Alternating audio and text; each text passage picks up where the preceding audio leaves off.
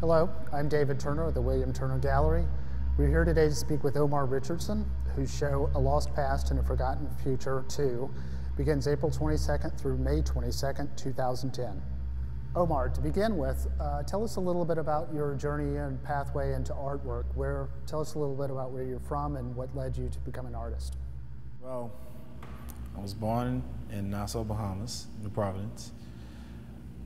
What actually caused me wanted to come to the U.S. was basically just to further my education and to be surrounded with a different environment. That's how I felt. To put myself around different artists. What made me want to come to SCAD was basically to be around more artists, to be in an environment with diversity. So that was the key thing that wanted me to come over here. Being from the Bahamas, I was always exposed to cultural experiences, like one of our largest festivals called Junkanoo.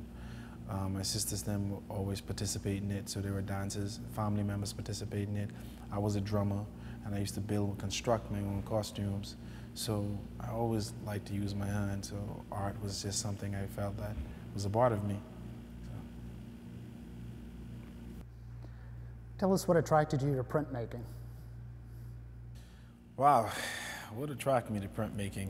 Well, the first thing that attracted me to printmaking was my drawing professor.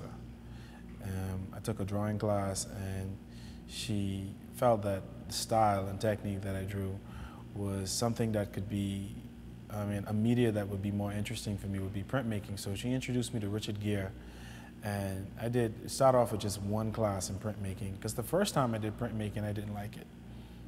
I thought it was a beautiful process, I just didn't like it, because I felt that I didn't understand it quite well.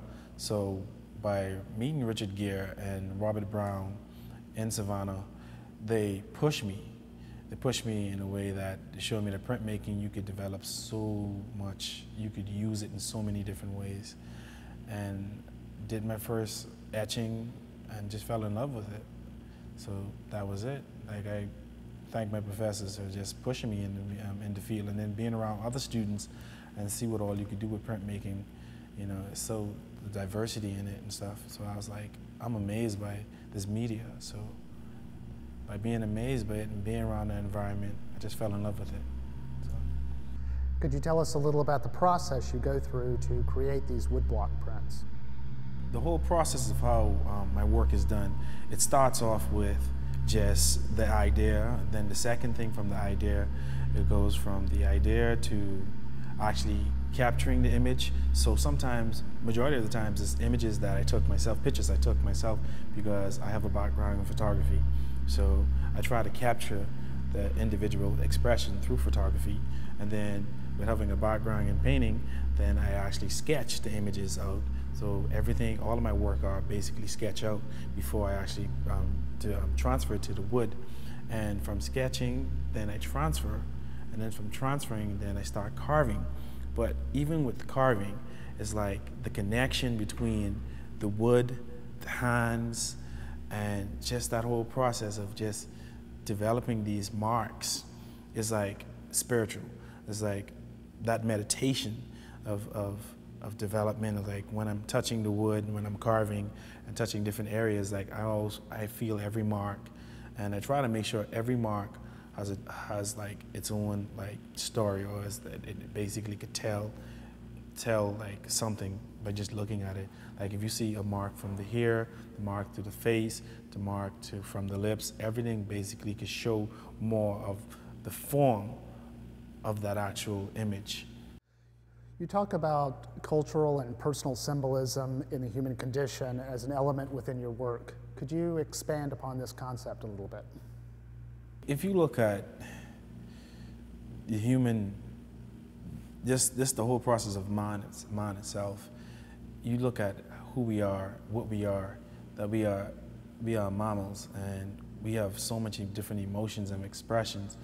Human conditions is based on these different expressions and these different emotions, and I try to capture those emotions and expressions by different individuals I've been around, had experiences with, either it being relationships, family, loss, a loss of a loved one, anything that could help me develop something. And being around like friends and family, you see these different emotions, these different expressions, and I'm captivated by it in a way that I try to make my viewers, when they look at my pieces, be drawn into the piece, but then also use the human condition symbolically. And I put a lot of symbols in my work, and symbolism is a key factor in all of my pieces. It have either it's a symbolism by expression, by how the image itself look at you, because to me and to the piece is more like an invasion of that individual space, because they allow me emotionally to get into that space and into their environment, but the viewer are invading that in space and environment. So it's all about the facial, about the eye expression, you know. And in human condition, sometimes they say the stories, the eye can tell the truth, or, you know. So that's why I basically love the whole process of just the human itself. Omar, do you want to divulge any plans you have for the future? Plans for the future. Well, no man knows what the future is for what it is and for where you stand. For what you think and what you believe, the future is what we all have an idea of, but the reality of is what is the present.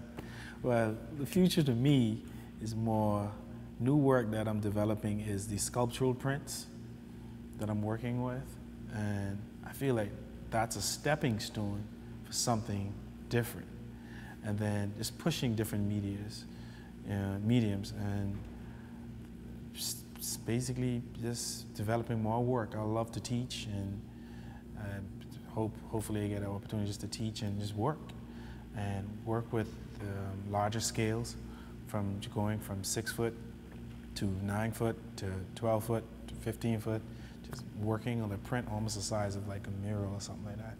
I just feel like it should be a world, you know, like I want like viewers just to walk in a show and they feel like they're in a different world when it comes up to printmaking and photography and combining mixed media. You know, I want my viewers to always be awe, the awe effect. Oh, just looking at the work and always be like, wow, it's always interesting to come to Omar Richardson show. It's always, you know, something exciting and something that's unique. Yeah. Excellent. Well, thank you for doing this for us today. Mm-hmm. It's nice talking to you. Thank you.